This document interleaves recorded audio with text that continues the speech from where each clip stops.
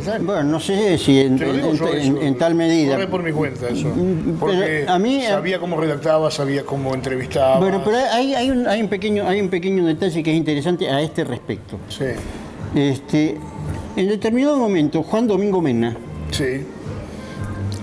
había sido interesado y efectivamente inició en el Centro de Formación Profesional un curso de comunicación social. Ajá.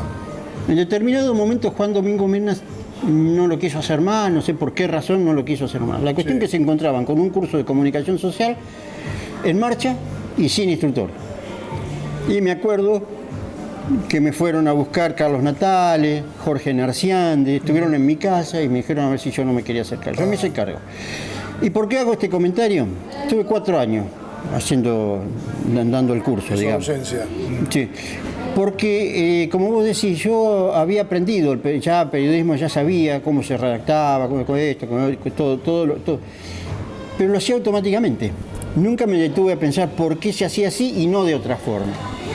Y entonces, al yo tener que dar el curso y tener que explicarle a los alumnos por qué se hacía de esa manera y no de otra manera, me obligó a estudiar. A profundizar conocimiento. Me obligó a estudiar, leer mucho. Sí, a leer, claro, como autodidacta. Exacto, digamos. exacto. No había escuela de periodismo. No. Pero a ilustrarme realmente sobre eso. Entonces eso me perfeccionó mucho a mí. Me contribuyó mucho esos 4 años porque yo constantemente, para poder darles las clases con algún tipo de autoridad, tenía que estar al tanto de las cosas. Y bueno, eso contribuyó mucho a que yo fuera un permanente buscador de las cosas. Y no me quedé solamente con radio. Hugo Pérez me dio la posibilidad a mí de ingresar en el diario, estuve 10 años. Ingresé en el año 84, arrancando con el suplemento famoso del centenario de la ciudad. La parte agropecuaria la escribí yo. Y después seguí 10 años más con... Seguiste colaborando de distintas formas. Sí. Hasta hace muy poco también, ¿no? No. ¿Hace algunas colaboraciones? No. ¿Ah? Por ahí se abre alguna posibilidad ahora y algún tipo de conversación, pero bueno, no sé si cuajará. Prosperará, claro. Bueno, después cuando abrió TV Mundo, hice un pequeño programita agropecuario, con lo cual tuve algún tipo de experiencia. No me gustó la televisión, realmente no me gustó. Hice otras radios también, en alguna FM periférica. Y bueno, también tuve algunos periódicos propios que, bueno, claro, me acuerdo. Fueron exitosos desde el punto de vista editorial y un fracaso desde lo comercial. Aunque nunca perdí plata, pero tampoco gané. Claro, pero sos de los que no le gusta ir a vender publicidad. No. Perfecto. No. Vos sos periodista. Exactamente, es complejo. Claro. Y cuando una publicación es muy modesta es muy difícil tener vendedores, porque los vendedores además a su vez tienen su urgencia, y cuando una publicación es muy menor, es muy difícil vender la publicidad para esos medios. En los últimos años generaste una biblioteca, se quiere histórica, de Tres Arroyos, con entrevistas, con mucho material. Exacto. Muy valiosa. Sí. Muy valiosa para quienes quieran referenciarse Obviamente. hacia el pasado de Tres Arroyos, ¿no? Sí. Bueno, esa fue una idea, fue casi una casualidad, digamos. Medio como simultáneamente se generaban un aniversario muy especial de la radio en aquel momento. Estaba trabajando todavía Daniel Massigoyi. Daniel Massigoyi, recuerdo que un día me dijo, mirá, vos que sos el último original, dice, ¿por qué no escribís algo de la historia, de todos nosotros, de la radio? Dice, porque te vas a jubilar o te vas a morir y se va a perder todo. Sí, además no hubo mucho cuidado en los archivos. En la preservación de los archivos. Y bueno, ahí arranqué. Y simultáneamente cayó en mis manos una publicación muy especializada, nada que ver, pero me potenció una idea, que era una información muy detallada sobre la Fonoteca Nacional de México. Ajá. Bueno, un emprendimiento de orden nacional en México para la preservación, una fonoteca. Sí, sonidos. Exactamente. Y ahí te despertó un poco la curiosidad por guardar Exacto. Cosas de valor. Las cosas de valor que yo fui encontrando haciendo el trabajo de la radio. Claro. Pero ¿qué pasaba? No solamente yo me encontraba buscando la voz, ponele, tuya, o de cualquier otro, Sí. ¿no es cierto? Sino que entre medio me encontraba con la voz de, qué sé yo, se me ocurre cualquiera, José Campano, Claro. no sé, Vicente Bruno, de las personas que han tenido alguna función pública, algún intendente, de Fulque, claro. de Calabrese, de lo que fuera, ¿no es cierto? Entre medio me quedaba eso. Pero yo, ¿qué usaba? Nada más que lo que era de la historia de la radio. Es decir, tuvo la de fulanito, la de sultanito, pero que eran de la radio. Y eso me quedaba. Claro. Y yo dije, ¿qué puedo hacer con esto? Y si me arranco con una especie de fonoteca tomando como base aquello, que nada que ver, llegar a eso es imposible. Pero tomando como base eso, y bueno, ahí arranqué. Y yo dije, ¿cómo lo puedo hacer para usarlo? Y fue cuando arranqué con, ya un año antes de retirarme, en el 2012, vos me hiciste me acuerdo en la radio, del anuncio, la apertura, la tengo, esa entrevista que vos me hiciste, donde anunciaba el programa que después se desarrolló durante 7 años. Y ahí fui utilizando todo... Los sábados en 2 de la tarde. A las 2 de la tarde. Claro. Ahí fui utilizando todo ese material muy valioso que nadie se había ocupado de preservar ni guardar y que yo fui recuperando y que cada vez que iba un poquito encontraba algo más, y encontraba algo más y algo más y algo más. Y bueno, eso yo digo, bueno, pero no solamente lo tengo que hacer para pasarlo por radio, porque digamos la emisión radial ya sabemos lo que es, muy interesante, llega a todo el mundo, pero pasó y pasó. Exactamente. ¿No es cierto? Entonces, yo, ¿cómo puedo hacer? ¿Qué puedo hacer? Hablé primero con el Centro de Formación Profesional, donde yo tenía relación, donde había dado el cursillo ese. Y bueno, no cuajó mucho. Yo, ¿qué hago? No. Y bueno, me fui a hablar con el director de Cresta, con Gustavo Osterborn. Digo, mirá, esto así, ¿te interesa? Sí, bueno, ¿sabes qué? Voy a donar el archivo, le digo, y ustedes me dan el soporte para una página web, el soporte técnico. Bueno, así que ahí le derivó el tema.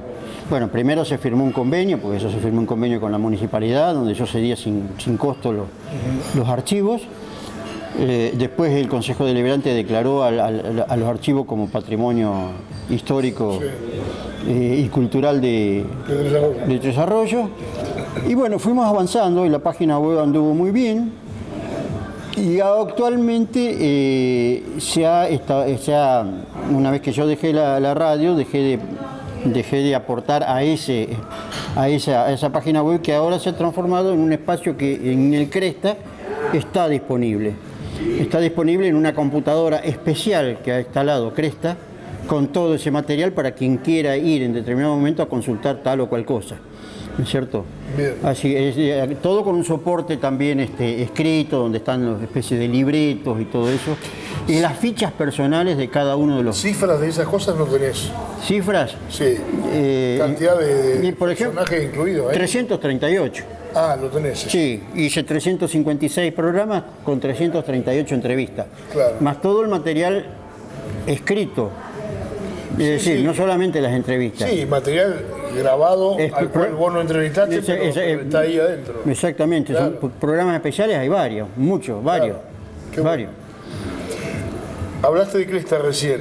Si hubiera estado una institución como Cresta en la etapa en la cual vos estabas peleando por superar las carencias económicas y seguir tu vida universitaria, Cresta hubiera sido un factor interesantísimo, ¿no? Sí. Como lo es hoy para muchos. No, seguro, pero... En esa situación. Sí. No fueron pocos quienes me alentaban a seguir estudiando, pero ya pasada una determinada edad.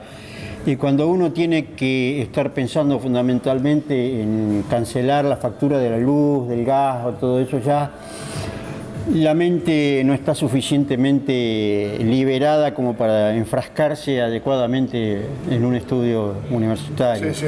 Pero no te digo ahora, si hubiera estado en aquel momento. No sabría decirte qué hubiera pasado, porque habría que ver qué salida habría habido. Seguramente algo habría estudiado, habría aprovechado el momento, pero siendo joven capaz que probablemente hubiera elegido alguna cosa y me hubiera embarcado, pero bueno, es una hipótesis. De todos modos, esa actividad que para vos fue un trabajo y que luego se convirtió en una profesión, la abrazaste intensamente. Porque... No, sí, seguro, sí, porque yo sé, cuando me decían, ¿por qué no sigue estudiando? No, yo estoy abocado a esto y lo que prefiero es tratar de perfeccionarme lo más que pueda en esto.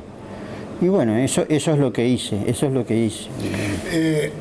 en una actividad que es paradójica, ¿no? Porque por un lado decimos profesión y en realidad es un oficio. Sí, claro. Nosotros... Sos un trabajador. Sí, por supuesto. Siempre digo lo mismo. Sí. Omar, luchando contra barreras tecnológicas totalmente distintas a las de ahora, por ejemplo, nombrar a Freddy Wolfram, que fue un técnico que cada vez que había algún problema se acercaba a la radio y lo solucionaba. No, seguro. Pero para ustedes era chino cuando la Teletipo, por ejemplo, y dependíamos de Publicis. Se desorganizaba, ¿no? Y ¿cómo conseguía la información nacional e internacional? Dependíamos de Publicis. ¿Te acuerdas de Publicis? Sí, me acuerdo de Publicis, un flaco. El flaco que venía a arreglar los telex. Sí. Y bueno, escuchaba las radios. Claro, pero las radios se escuchaban con carga eléctrica muchas veces. Era toda una historia, ¿no? Sí, cuando tomábamos los mercados y con la oreja pegada al parlante porque... Sí. ¿No es cierto? Claro. Y bueno, sí. la organización Víctor Dápiche, que pasaban los mercados, en aquellos momentos pasaban los mercados de ovino, de Avellaneda, lo de Liniers, mercado de huevos, mercado de aves. Me acuerdo, sí. ¿Y tuviste algún periodista de referencia nacional, por ejemplo, algún tipo que te haya gustado mucho? ¿Cómo trabajaba? ¿Cómo era? No, yo siempre fui siempre muy consciente de las grandes diferencias que hay entre el periodismo que se cocina en los grandes medios, en las grandes ciudades, con lo que uno puede llegar a hacer o no hacer en el interior, así como nosotros, ¿no? Las distancias son abismales y tomarlo así como referencia, no especialmente. Nunca tomé una referencia ni quise parecerme a nadie. No, yo digo, por ejemplo, yo recuerdo un hombre como Ulises Barrera, cómo respetaba la corrección del vocabulario. Néstor Ibarra, bueno, todo. A esa gente me refiero. Los que cuidaron el idioma, los que cuidaron la expresión. Ahora es otra cosa. Es otra cosa, ha cambiado sustancialmente, ¿no? Y se extrañan aquellos viejos periodistas, y además maestros de camadas de periodistas muchísimos, ¿no? Y acá mismo, ¿no? Acá, bueno, yo no lo tuve como maestro, pero tuve como referencia a Roberto Petrini. Claro, sí, Hugo Pérez no fue maestro, pero me dio la oportunidad. Para mí sí fue un maestro, bueno, para mí el maestro fue Dinsen, que yo siempre lo admiré en el sentido de que ese poder de organización que tenía. Exactamente. ¿No es cierto? Fue un adelantado. Sí. Un adelantado. Sí. Alguien que inclusive te haya enseñado o no, vos aprendías de él. Sí, porque uno aprendía a trabajar. Cuando tenía aquellas, más allá de los contenidos, ¿no? Pero cómo organizaba, por ejemplo, los actos eleccionarios. ¿No es cierto? Claro. En época en la cual no había tanta tecnología como exactamente. Tenía un poder de organización y siempre me llamó la atención, después lo aprendí naturalmente, ¿no?